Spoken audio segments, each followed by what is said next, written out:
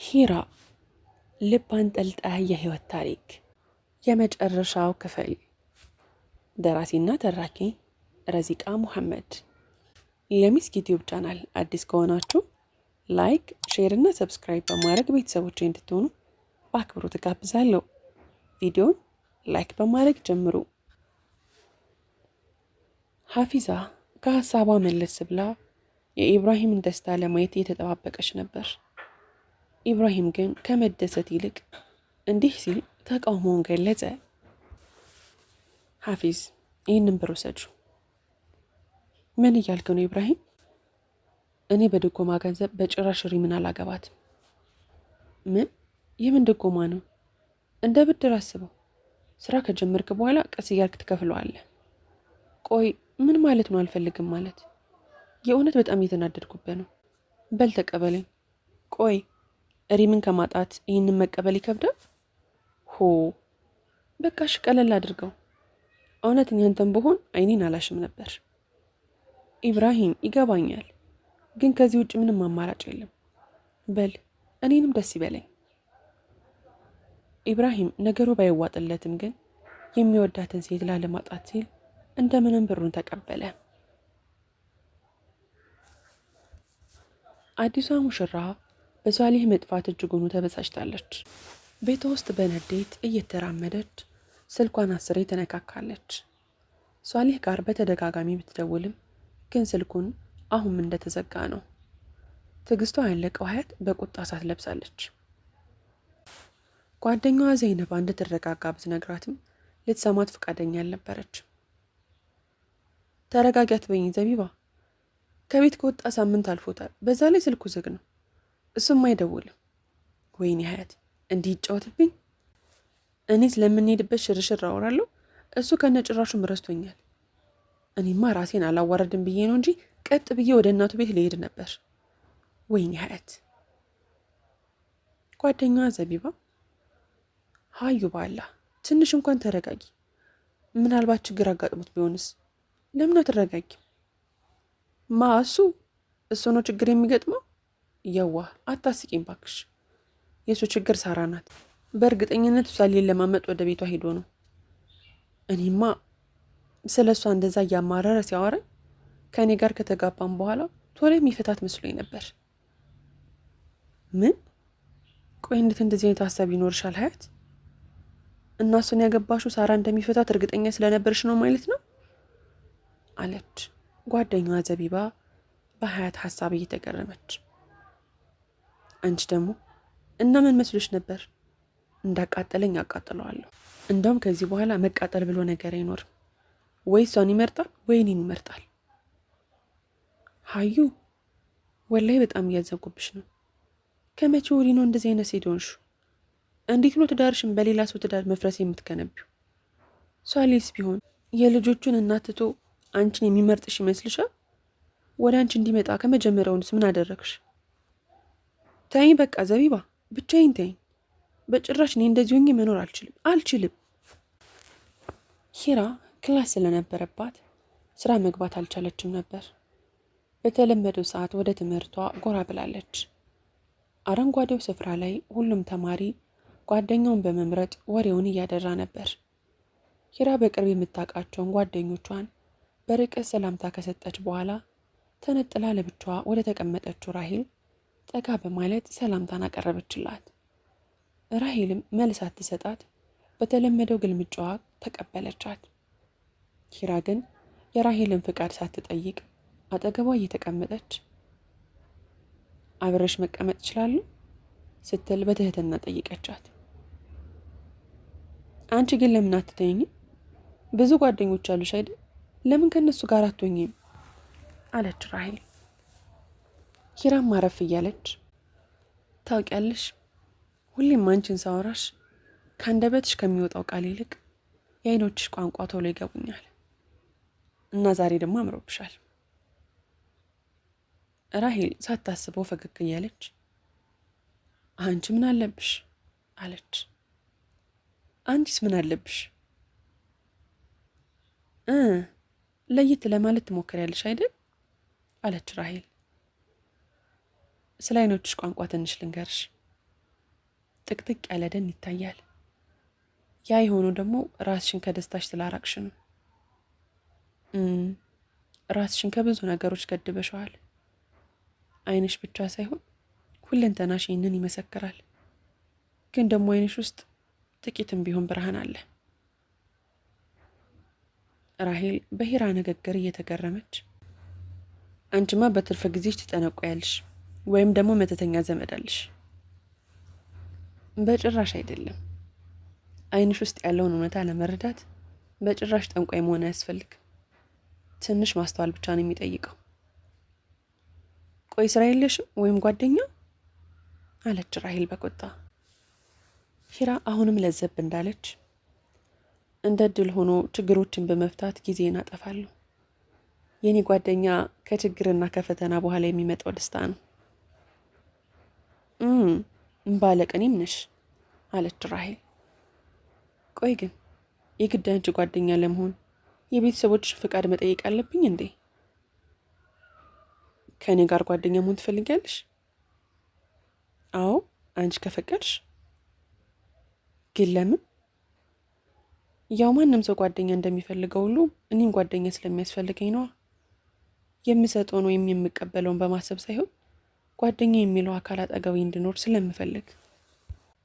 ጭንቀቴን፣ ደስታዬን ከኔ እኩል የሚጋራኝ ሰው ስለሚያስፈልገኝ፣ ስለ ራሴ የማብራራለት ሰው ስለሚያስፈልገኝ ይሆናል። ራሄል ትንሽ ለዘብ ብላ፣ ታውቂያለሽ እይታሽ ጥሩ ነበር፣ ግን የተሳሳተ ሰው ነው የመረጥሽው አለች ተስፋ በመቁረጥ። ለምን ራሄል? ለምንድን ነው እንደዚህ ጭምት የሆንሽው? አንቺ ንገሪኝ እንጂ። ዓይኖቼ አንደበት ካላቸውና አንቺን መረዳት የምትችይ ከሆነ እስኪ ምንድን ነው የሆንኩት ንገሪኝ። ሂራ ቀጠለች። ራሄል፣ ዓይንሽ ውስጥ ያለው አንደበት እኮ ስሜትሽን እንጂ ታሪክሽን አይናገርም። ግን ደግሞ መገመት አይከብድም። በእርግጠኝነት ከጀርባሽ የተሸከምሽው ከባድ ሸክም አለ። ወይ የሆነ ሰው ጎድቶሻል፣ ወይም በቤተሰቦችሽ ታሪክ ደስተኛ አይደለሽም። ሂራ የራሄልን ደካማ ጎን በስተመጨረሻ አገኘችው። ራሄል በሂራ ንግግር ልቧ ተነካ። እንባዎቿ በደቂቃ ፈቃዷን ሳይጠይቁ መውረድ ጀመሩ። በፍጥነት ካለችበት ብድግ ብላ መንገዷን ቀጠለች። ሂራም እየተከተለቻት፣ እንዴ ወዴት ነው ራሄል? ክላስ እኮ ሊጀምር ነው። ራሄል መልስ ሳትሰጣት በፍጥነት መራመዷን ቀጠለች። ሆኖም ግን ከጥቂት እርምጃዎች በኋላ ራሄል ራሷን ስታ ወደቀች። ሁሉም ተማሪ በድንጋጤ ራሄልን ለማዳን ተሯሯጡ። ወደማይቀረው ሆስፒታል እየተጣደፉ አደረሷት። አሁን ከፍተኛ ክትትል ወደሚደረግበት ክፍል ገብታለች። ጥቂት ተማሪዎች ከሂራ ጋር ነበሩ። ጥበቃው ያሰለቻቸው ይመስላል። ከሰዓታት ቆይታ በኋላ ሳምሪ፣ በቃ እናንተ ወደ ክላስ ሂዱ፣ ስትነቃ ደውልላችኋለሁ። ሁላችንም ክላስ ሚስ ማድረግ የለብንም። እንደዛ ይሻላል አለች ሳምሪ ጓደኞቿን እያየች።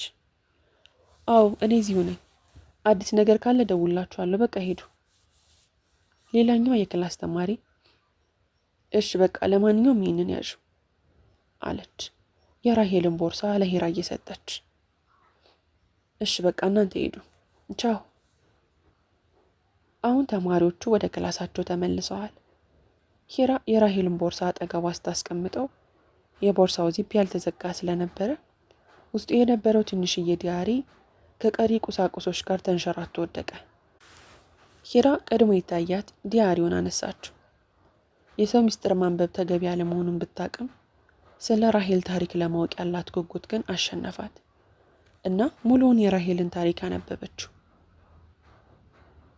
ሂራ ከጠበቀችውና ካሰበችው በላይ ራሄል ከባድ ሕይወትን ያሳለፈች ምስኪንና አሳዛኝ ሴት ሆና ተገኘች።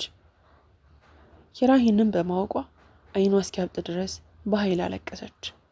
በጣም ሆኖ አዘነች። አንድ ቀንም አለፈ። አሁንም ግን ራሄል አልነቃችም። ሂራም እንደተከዘች ነው። የራሄልን ጣቶች በሁለት መዳፎቿ ይዛ ወደ ሁሉ ምስጢረኛዋ ወደ ጌቷ እንዲህ ስትል ማውጋቷን ቀጠለች። አባት ጌጥ ነው። አባት መከታ ነው። አባት ሁሉም ነገር ነው። አጎት ደግሞ ሁለተኛ አባት ማለት ነው። ግን ለዚች ምስኪን ልጅ ይህ ትርጉም የሌለው ቃላት ነው። ግን ሁሉም አባትና አጎት ጥሩ ሊሆኑ አይችሉም። ግን ያ ረቢ እንዴት አይነት ልብ ቢኖራቸው ይሆን የገዛ ስጋቸውን ሲደፍሩ ምንም ያልተሰማቸው? ሂራምባዎቿ ድጋሚ እየፈሰሱ ያ ረቢ ሁሌም የማታሳፍረኝ ጌታዬ፣ ዛሬም አንተን የምጠይቅ ጥያቄ አለና እባክህ እንደ ሁሌው ውለታህን ዋልልኝ። እባክህ ጌታዬ የዚችን ምስኪን ሴት ልብ ድጋሚ ያጠንክርልኝ። እባክህ ልለምንህ ይችን ደካማ ሴት አግዛት። ጥቂት ቀናት በዚህ ሁኔታ ካለፈ በኋላ ራሄል በስተመጨረሻ ነቃች። ቀና ልቦናን የታደለችው ሂራ ራሄልን በጭራሽ ከዚህ በኋላ ብቻዋን እንደማትተዋት ቃል ገባችላት። ወደ ቤቷም ይዛት ሄደች። ታዲያ የራሄልን መምጣት ሁሉም የቤተሰብ አባላት በደስታ ነበር የተቀበሏት። እንደ ንግስት ተንከባከቧት። ጠብር ግፍ ብለው ድጋሚ እንድትስቅ ምክንያት ሆኗት። የአካሏን ጉዳት ብቻ ሳይሆን የልቧንም ስብራት በህብረት አከሙላት። ይህ ሁሉ የሆነው ግን የቅን ልቦናን ስጦታ የተቸረችው በሂራ ምክንያት ነው። ራሄል ከረጅም ጊዜ በኋላ ድጋሚ ፈገግ ማለት እንቻለች። የታሪኩ መገባደጃ ላይ ደርሰናል። ሂራ ቤቷ ውስጥ ስላለው ነገር እንዲህ ስትል በልቧ ታወጋናለች። ሻንጧን በጀርባዋ ተሸክማ በደስታ እየተራመደች ነው። አልሐምዱሊላህ ሁሉም ነገር አልፎ እዚህ ጋር ደርሰናል። የሰው ልጅ መዳረሻውን መገመት አይችልም። ከብዙ ዓመት በኋላ ወደ ሀገሬ ስመለስ ህይወቴ እንዲህ ይሆናል ብዬ ለሰከንድ ማስቤው አላውቅም። ነገር ግን አላህ የብቸኝነትን ጥላ ለብሶ የነበረውን ማንነቴን ቀይሮ ዛሬ ላይ ስለ እኔ አብዝተው የሚጨነቁ የሚወዱኝን ቤተሰቦች ሰጠኝ። እናቴ አሁን በዚህ ደስታ ውስጥ ብትኖር እጅግ በጣም ደስ ይለኝ ነበር። ግን የአላህ ፍቃድ ስላልሆነ እጣ ፋንታዬን ተቀብዬዋለሁ። ስለ ውድ ቤተሰቦቼ ትንሽ ላውጋችሁ። እማዬ ማለትም ሁለተኛዋ እናቴ በእኔ ላይ የነበራትን ቂም ትታ እውነተኛ እናት ሆናልኛለች። አቂዳዋ ላይ የነበራትን አቋም ማስተካከላ ወደ እውነተኛው መንገድ ከገባች ሰንበት ትብላለች። አሁን ላይ ከሁላችንም በተሻለ በኢባዳ የጸናች መልካም አህላቅን የተላበሰች ደግና ሩህሩህ እናት ሆናለች። አላህን ፈሪ ሴትም ሆናለች።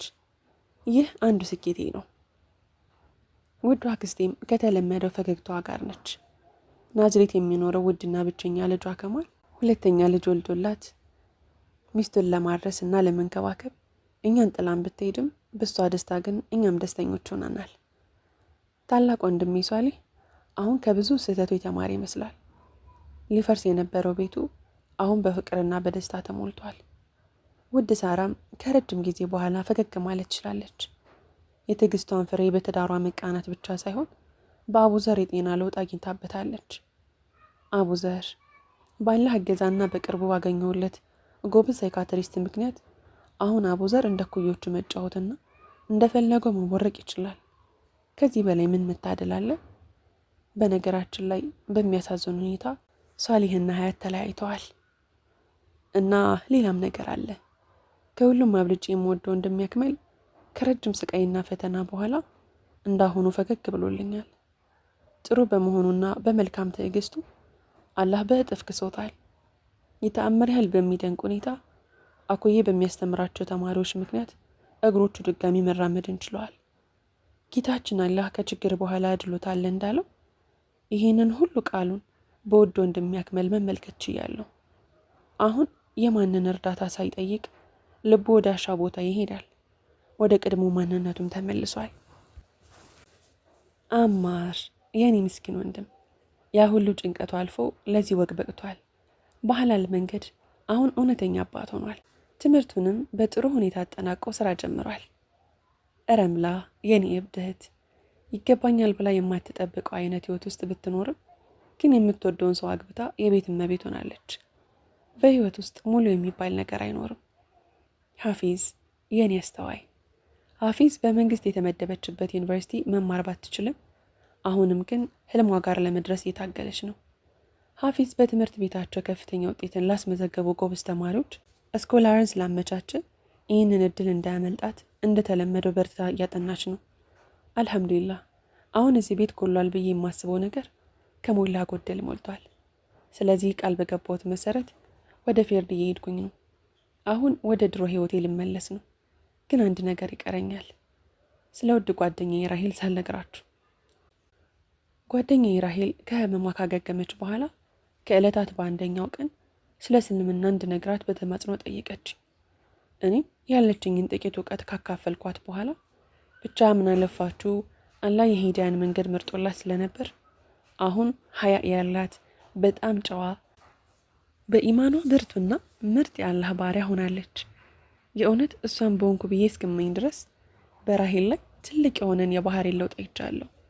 ራሄል ማለት ነጃት፣ አላህ በሰጣት የኒዕማ ብርሃን ህመሟን አክማ አዲሷን የህይወቷን ምዕራፍ እንዲህ ባለ ውብ በሆነ ሁኔታ ተቀብለዋለች። እሱ ብቻ አይደለም፣ ነጅዬ በቅርብ ከምወደው ወንድሜ ጋር ከአክመል ጋር ኒካህ ለማሰር መንገድ ላይ ናቸው። እውነት በዚህ ምድር ላይ እንደ እኔ እድለኛ ማን አለ? ጌታ ያላህ ቁጥር ላይ ለማልደርስበት ውብና በተአምር ለተሞሉ ጸጋዎች ለሁሉም ነገር እልፍ አላፍ ምስጋና ይድረስህ። ለሁሉም ነገር አልሐምዱሊላህ። ሂራ ከትረኳ መለስ ብላለች። የፌርዲን በር በቀስታ አንኳኳች። ፌርዲን በፈገግታ ተሞልታ በሩን ከፈተችላት። በቃሌ መሰረት ተገኝቻለሁ። ተልእኮዬን ስለጨረስኩ አሁን ወደ ቤት መጥቻለሁ። አሁን ከልብሽ ይቅርታ ታደርጊልኛለሽ አይደል? አለች ሂራ ተስፋና ፈገግታ ከፊቷ እየተነበበ። ፌርዲ ፈገግታዋ ሳይከስም እኔ እኮ ከመጀመሪያው ነው አልተቀየምኩሽም፣ ግን ቢሆንም አሁንም እንዳሰብነው አንድ ላይ ለመኖር አልታደልንም አለች። ማለት ስትል ሂራ ፌርዲ የሂራን እጅ በመያዝ ምንም ነገር ሳትናገር ወደ ውስጥ ይዛት ገባች። ቤት ውስጥ አክመልና ሷሊ የክት ልብሳቸውን ለብሰው የሂራን እጅ ለመጠየቅ ጀማል ጋር አንድ ላይ ተቀምጠዋል። ሂራ የመሰባሰባቸው ሚስጥር አልገባትም ነበር። ሁሉም በፈገግታ እየተመለከቷት ስለነበር ይበልጥ ግራ ስለገባት ፌርዲን እንዲህ ስትል ጠየቀች። ፌርዲ ቆይ ምንድነው? ምንም አልገባኝም። ፌርዲ ለጥያቄዋ ምላሽ ሳትሰጣት አሁንም የሂራን እጅ እንደያዘች ወደ ኩሽና ይዛት ገባች። ካሊድ ሊያገባት እንደሚፈልግና የስብስቡን ሚስጥር ለሽምግልና ጥየቃ መሆኑን አስረዳቻት። ሂራ በነገሩ በጣም ተገርማለች። ቆይ እየቀለዳቸው አይደለም አይደል? ፌርዲ በሂራ መደነባበር እየሳቀችን ቢሆን አያይ ቢቀለድ በትዳር ይቀለዳል? ያውን ባንቺ ላይ ነው ወይስ ከካሊድ የተሻለ ባል ይገባኛል ያልሽ ነው? አረ በጭራሽ። ማለቴ እንደዚህ ያልኩሽ ከጥቂት ቀናት በፊት ራሱ ካሊድ አብዲ የሚባል ጓደኛው ሊያገባኝ እንደሚፈልግ ስለነገረኝ ነው። ስለ እሱ ታሪክ እኔም ሰምቻለሁ። ካሊድ ጓደኛው እንደሚፈልግሽ የነገረሽ ትዳር ላይ ያለሽን አቋም ለማወቅ ነበር። በተቃራኒ ጥያቄው ስለ ጓደኛው ሳይሆን ስለ ራሱ ነበር። አክመል ነገረኝ። ሂራ ይበልጥ እየተገረመች ፈገግ አለች። እና አለች ፌርዲ። እና ምን ፌርዲ? እናማ በግልጽ እየጠየቅኩሽ ነው። የካሊድን ጥያቄ ትቀበያለሽ? መቼም እኔና ጀማልን አክብረው ለመጡት ወንድሞችሽ ማለትም ሽማግሌዎች ፊት አታሳፍሪኝም አይደል? ሂራ በሳቅ ተሞልታ መልካም ፍቃዷን አንገቷን በኃይል በመነቅነቅ ተናገረች። ቤቱ በደስታ ተሞላ። ፌርዲና ሂራ በደስታ ተቃቀፉ። ሐሴትና ደስታ በቤቱ ላይ ነገሰ። እናም በስተመጨረሻ ካሊድና ሂራ ረጅሙን የትዳር ጉዞ አንድ ብለው ጀመሩት። ሂራም የልፋቷን ውጤት በተባረከ ትዳር ተክሳለች። ደስተኛ ሆና መኖሯንም አንድ ብላ ጀምራለች። የትልቁ ቤት ታሪክ በዚህ መልኩ አለቀ። ውድና የተከበራችሁ የሚስኪ ዩቲዩብ ቻናል ተከታታዮቼ የሂራ ታሪክ በዚህ ተፈጽሟል። ታሪኩን እንደወደዳችሁት እንደተማራችሁበትና እንደተዝናናችሁበት ተስፋ አድርጋለሁ። በቀጣይ በሌላ ታሪክ እስከምንገናኝ ድረስ ላይክ፣ ሰብስክራይብ እያደረጋችሁ ቤተሰቦቼ እንድትሆኑ በአክብሮት እጋብዛለሁ። በቀጣይ እስከምንገናኝ ድረስ በያላችሁበት ቀንና ሌላችሁ ሸጋ ይሁንልኝ።